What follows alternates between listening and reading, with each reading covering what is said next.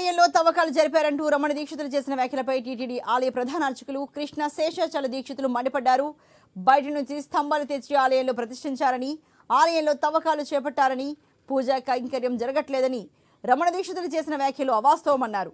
శ్రీవారి ఆలయంలో పూజా విధానం ఆగమోక్తంగా నిర్వహిస్తూ వస్తున్నామన్నారు. 10 ఏళ్ల క్రితం ఉన్న రాతి స్తంభాలకు సపోర్టుగా మరో రాతి స్తంభాలను ఏర్పాటు చేయడం జరిగిందని, ఆ సమయంలో రమణ దీక్షితులే ప్రధాన అర్చకులుగా ఉన్నారని కృష్ణ శేషాచల దీక్షితులు చెప్పారు. ఆలయ ఖ్యాతిని దిగజార్చేలా ఇలా మాట్లాడడం మంచి పద్ధతి కాదన్నారు.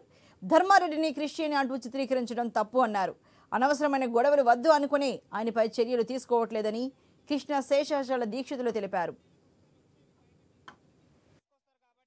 ఆలయంలో ఏవో స్తంభాలన్నీ తీసుకొచ్చి పెట్టారని, వేరే విధంగా ఏదో తవ్వకాలు జరిగాయని, మళ్ళా తిరుమల ఆలయంలో పూజలు సరిగ్గా జరగడం లేదని అనేక రకాలుగా గౌరవ ప్రధాన అర్చకులు రమణ దీక్షితుల వారు సోషల్ మీడియాలో మాధ్యమాల ద్వారా తెలియజేస్తూ ఉన్నారు. ఇవన్నీ పూర్తి అవాస్తవాలు. తిరుమల శ్రీవారాలయంలో అన్నీ ఆగమోక్తంగానే నిర్వహించబడుతూ ఉన్నాయి. తిరుమల కైంకర్యాలు ఇట్లాంటి కార్యక్రమాలన్నీ కూడా ప్రధాన అర్చకులు, ఆగమ సలహాదారులు వారి సూచనల మేరకే అధికారులు మేము ప్రోగ్రాంను ఇవ్వడం జరుగుతుంది. ఆ ప్రోగ్రాం